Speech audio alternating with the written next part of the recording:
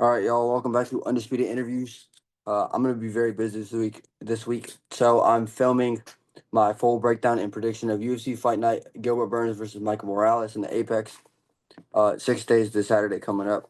So let's get into it. First fight: Luna Pinheiro versus Tisha Pennington or Tisha Torres.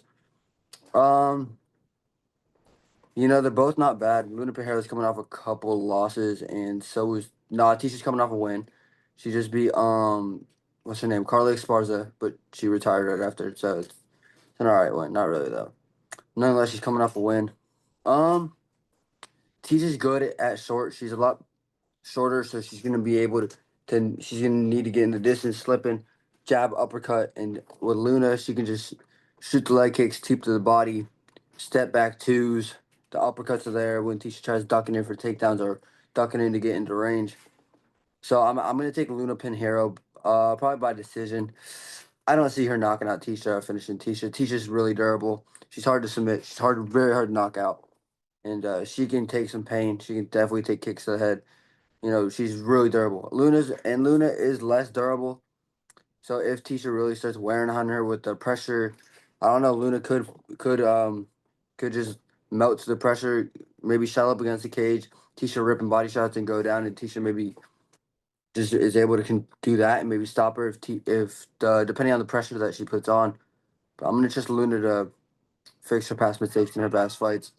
She was just finished by Jillian Robertson, Boston Mission, but Jillian Robertson, we just seen a little over a week ago. She's really good on the ground, so that's not a bad loss. And Tisha really took a lot of time off. She was pregnant. She came back. She got a win.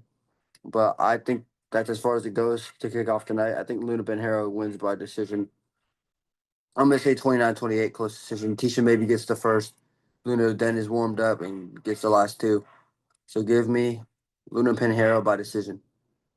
Next fight, Carlos Hernandez versus Hung Sung Park. So Park's undefeated, 9-0. And Carlos Hernandez just shut down a prospect. Close fight. I'm gonna take Hung Sung Park. This fight was meant to happen a while ago. I think in China, I believe, and then it got canceled. And Carlos had to fight a dude on short notice, and he won. Well, Park's undefeated. He's looked pretty good. He's coming off a KO, I believe. Let me check really quick. He he is coming off KO over a year ago though. It was over a year ago. He's had two canceled fights since then, and yeah, he's had two canceled fights. But he's coming off a submission win and a KO win. Those are his two UFC wins. I don't know what I did. Jeez, this computer is really high tech. Anyway, sorry, this is my mom's computer. But yeah, Hung Sung Park coming off two finished wins. Hernandez is coming off a decision win. And I mean, Hernandez, jeez, I don't know why I keep stuttering. Hernandez is the veteran here. He's had the better experience. He's fought the more high level guys like Tatsuro Taira, among others. But I don't know if I can trust him to get the win. Hong Sung Park's coming off two finishes in the UFC. He's looked pretty good. His last fight, it was over a year ago, but his gas tank didn't really hold up. He still got the finish in the second round, but he started to gas out. And if he can't get Hernandez out here, I think early, that's when it becomes interesting. So I don't know who the favorite is, but I'm gonna assume it's probably. Oh, here we go. It is Hung Sung Park.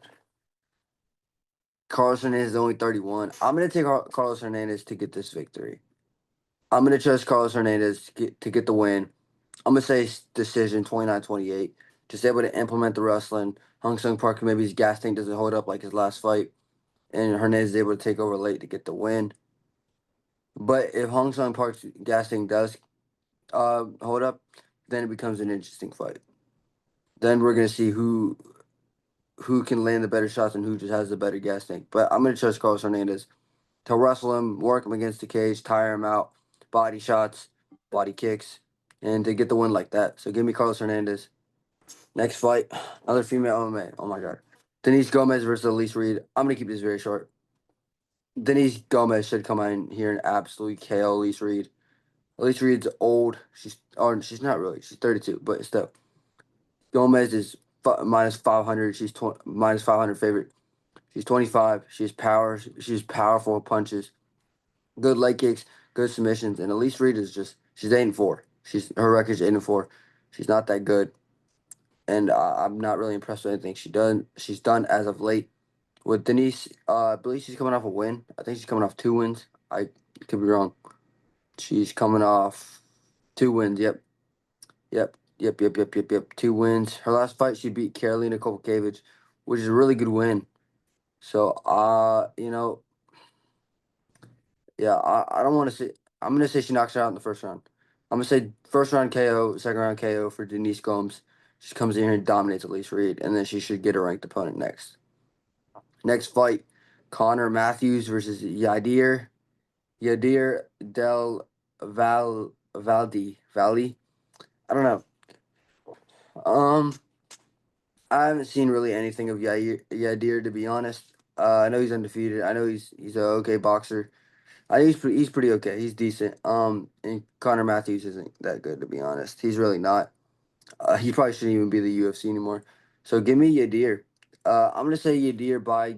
Mm, I'm gonna say KO. Connor Matthews is like he doesn't have that good of a chin, to be honest. He really doesn't. And if he gets hit clean, he'll probably go down. So I'm gonna say Yadir gets him out here, probably around 2 or 3. Maybe because most of Yadir's wins is by decision. So maybe Connor gets a good start off.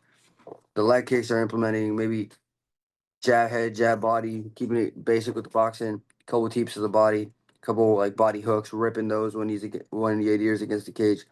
But I think eventually Yadir catches him with like a step in knee or an uppercut or like a front kick, something up the middle where Connor Matthews isn't expecting it, and he drops some ground and pound TKO for Yadir, and he wins his UFC debut and moves to 9-0. So give me Yadir, but I could see Connor Matthews maybe pulling out if he has the right game plan. He's a plus 320 underdog though, so I'm he's just not that good, and he's 7-3. I don't know why he's in the UFC. I think Yadir is just a better overall fighter, and I think he'll get the KO. I'll say round 3. Next fight, Luna Santos versus Tanit Tanit Tinatar Lisboa. Why are there so many female MMA fights on this? Oh my god. A close one. I think Luna Santos is the better fighter. I think she's like the really better fighter. She's got amazing leg kicks. She just has amazing kicks overall, especially the leg kicks and the body kicks. And she's a slight favorite, but I think she's a lot better than Tainira. She's 2-0 in the UFC though. I don't to be honest, I don't even remember her fighting. To be honest, I don't think she's that good. Um, Cause she beat absolute bums. Yeah, she beat like the worst women in her division. Yeah, this line shouldn't be close. I think Luna Santos has got this all day long. I'm gonna say Luna Santos by decision is female MMA. You can't really trust the KO in female MMA. So give me Luna Santos. Give me Luna Santos by decision, 30-27 across the board. Able to outwork Tanya. I don't know how to say her first name. Tanya. Able to outwork her in range. Able to outwork her in the clinch, even the grappling. I just think she gets this done 30-27 across the board. Luna Santos gets another UFC win, her 4th UFC win. Featured prelim. Oh, this should be on the main card. I don't know why this is on the prelims. Jared Gordon versus Thiago Moises. Both two of the best unranked lightweights. Both are 36. They're up there in age, but they're doing some of the best work of their career. This is a tough one.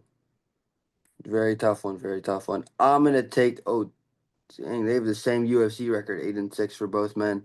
That's crazy. I'm gonna take Thiago Moises.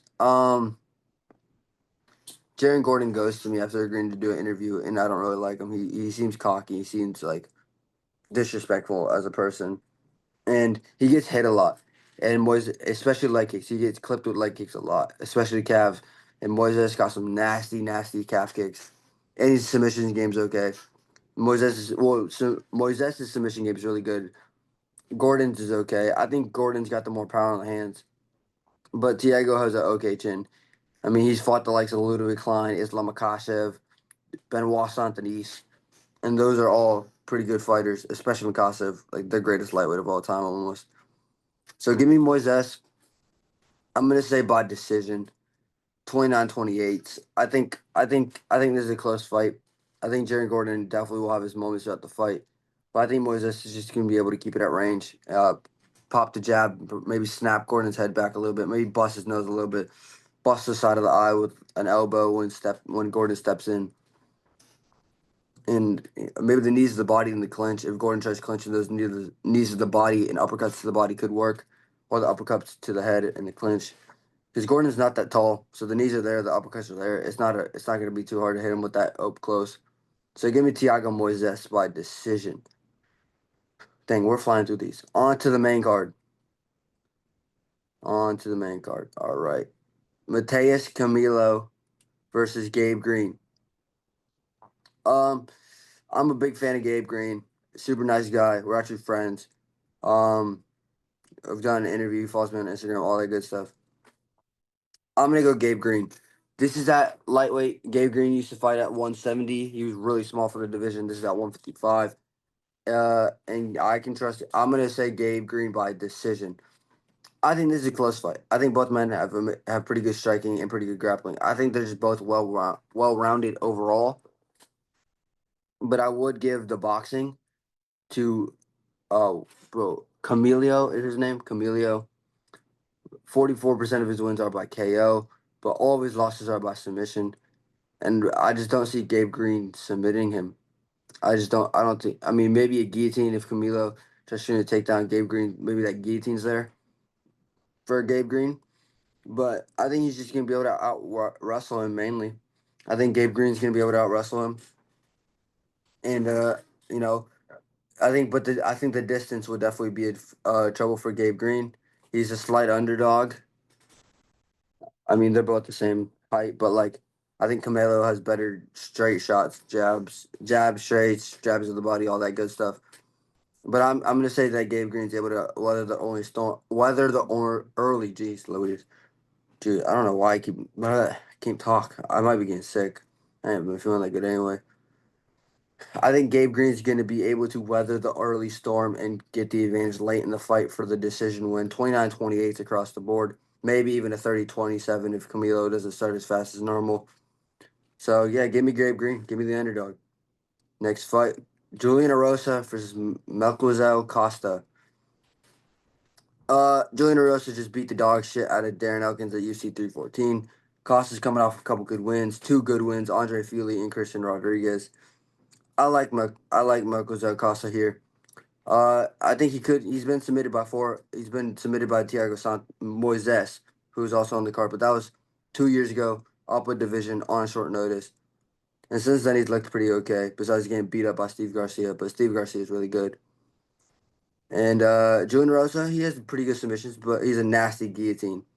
And then Melquizael shoots a takedown. I think that guillotine will be open a lot for Erosa. But I'm going to trust Melquizael to keep it on the feet, keep it at range, high kicks, front kicks.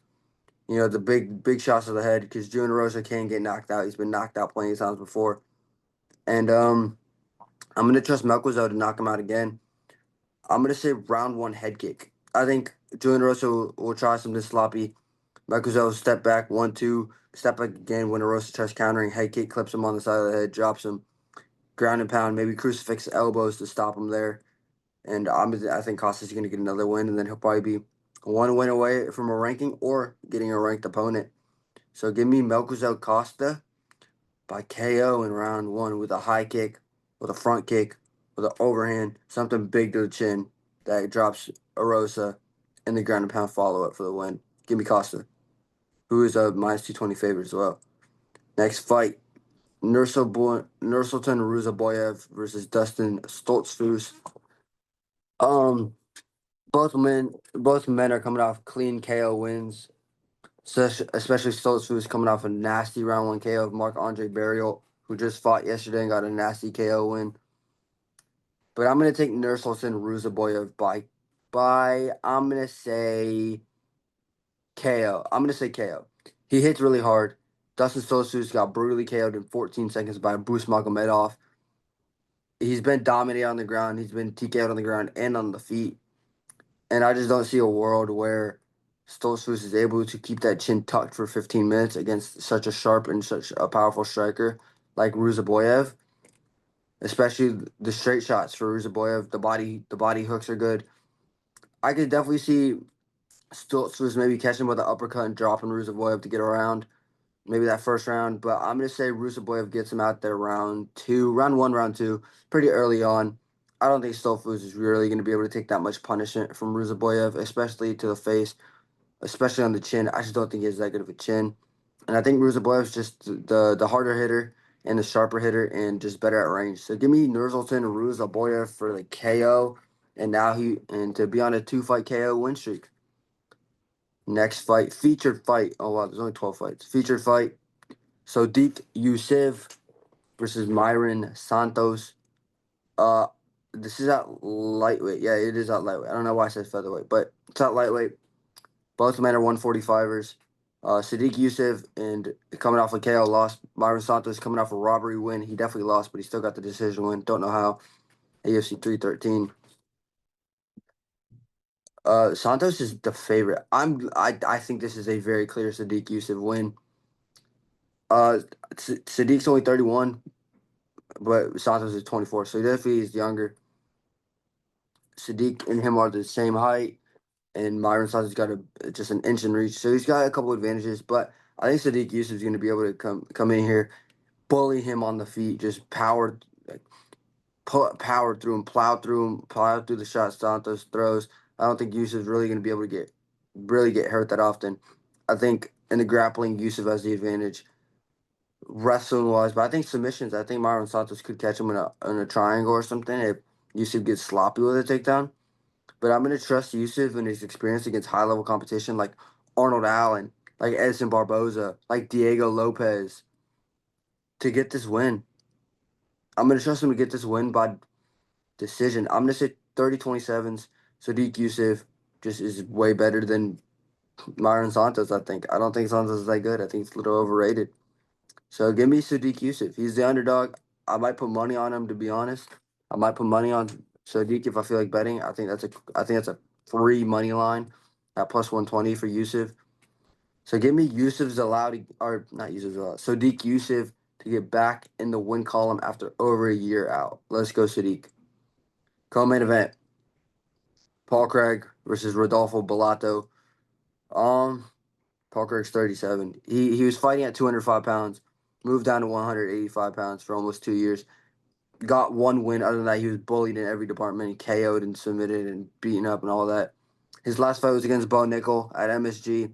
He lost by decision. Obviously, we just saw Bo Nickel was a fraud, and he's not that good. He got destroyed by Rainier DeRitter. And Bellato's a minus 500 favorite. I'm gonna say Bellato wins by. I'm gonna say he wins by ground and pound KO in round one. Paul Craig doesn't have that good of a chin. He can't strike. He has horrible boxing. He's okay kicks. He's horrible boxing and horrible boxing defense. I think Bellato's just going to be able to go in there, push him against the fence, pressure him, put Paul Craig on the back foot, probably catch him with an overhand or an uppercut or a hook, something off his backhand to really hit him with clean power. Paul Craig wobbles, maybe even drops immediately, covers up. Bellato just probably just cover up and quit. Probably just cover up, and he probably will quit. He's quit before in fights. I think he'll quit again here, especially if he gets hurt early. And I think Bellato gets a TKO in round one. Dominates him, and then maybe Bellato's one fight away from a ranking shot. So give me Rodolfo Bellato. Plus, I'm a fan of him. We've DM'd on Instagram. He's a super nice dude. So yeah, I hope Bellato wins this. I'm gonna say Bellato by round one TKO, and he's a big favorite. So probably main event. Gilbert Burns versus Michael Morales. Michael Morales is a minus 650 favorite. He's 17-0. And Gilbert Burns is a plus 475 underdog. He's 38. Dude, but I don't give a fuck about the age, and I don't give a fuck about the odds. I'm taking Gilbert Burns by decision. The people that Gilbert Burns has lost to: Kamaru Usman, second greatest welterweight of all time. Bilal Muhammad was the champion on like a 12 or 13 fight win streak before he lost last night. JDM, who's now the champion, and he was beating JDM 2 rounds to 0 before the stoppage. Sean Brady, who's the number one contender, who just dominated the former champion Leon Edwards. He's lost to the four best dudes at welterweight: Usman, Bilal, Brady, in JDM. Give me Burns. Burns is going to get back in the win column. I don't care if he's 38. I don't care if he's 2 inches shorter. I don't care about the 8-inch reach advantage Michael Morales has. Michael Morales' only good win is Neil Magny, and Neil Magny was just hurt early. He just got caught early and TKO'd. Other than that, he's beaten Jake Matthews, barely. Max Griffin, he's okay. And Adam Fugit, he's not that good. And Trevor Jones, he's not even that good either. So he is, in my opinion, one good win and one okay win, and 2 decent wins. Decent wins are Max Griffin and Jake Matthews by decision, and they were close. And the only good win is Neil Magny, and it was back in August. Neil Magny's fought again. Like, I don't know why Michael Morales takes so much time off in between fights. He's in his prime. He should use advantage of it, and he just doesn't. He just takes time off and enjoys life. And Gilbert Burns fought in September. He's already back, and he took a 5-round beating of Sean Brady. He lost that fight, but he still showed heart, and he still showed that he wasn't going to quit. And he did hurt. He hurt Brady in the 4th and the 5th round. He wobbled him in both the rounds. So give me Gilbert Burns. I'm going to trust Dorino to come in here and show Michael Morales that he's not ready for the top level. Give me Burns, 48-47 decision. Maybe Michael Morales takes the first 2 rounds, is at range, gets a takedown in 2 against Gilbert Burns. Probably gets a takedown in the first round. Holds Burns down for a little bit. Maybe Burns gets back up, threatens some submissions. But once round 3 starts, I think Gilbert Burns would all be warmed up. His muscles would be ready, loose. He'll be ready to come in here and cause violence. And I'm going to say Gilbert Burns wins the last 3 rounds and gets the decision win. Gilbert Burns back in the win column, and then he can fight another top-ranked guy and show that he is not old, that he still is in his prime, and he still can compete with the best. So give me Gilbert Dorino Burns at plus 475 underdog. Let's go, Gilbert. Anyway, sorry for that little rant. But yeah, Gilbert Burns is going to win. I'm calling it out. Gilbert Burns will win by decision 48-47 across the board. But that's my prediction, y'all. I know it's early in the week, literally 6 days before the fight card. But I thought I'd get it out the way because of the fact that I'm going to be busy with schoolwork because I'm graduating in less than 2 weeks. So I got to study. So yeah, that's my predictions.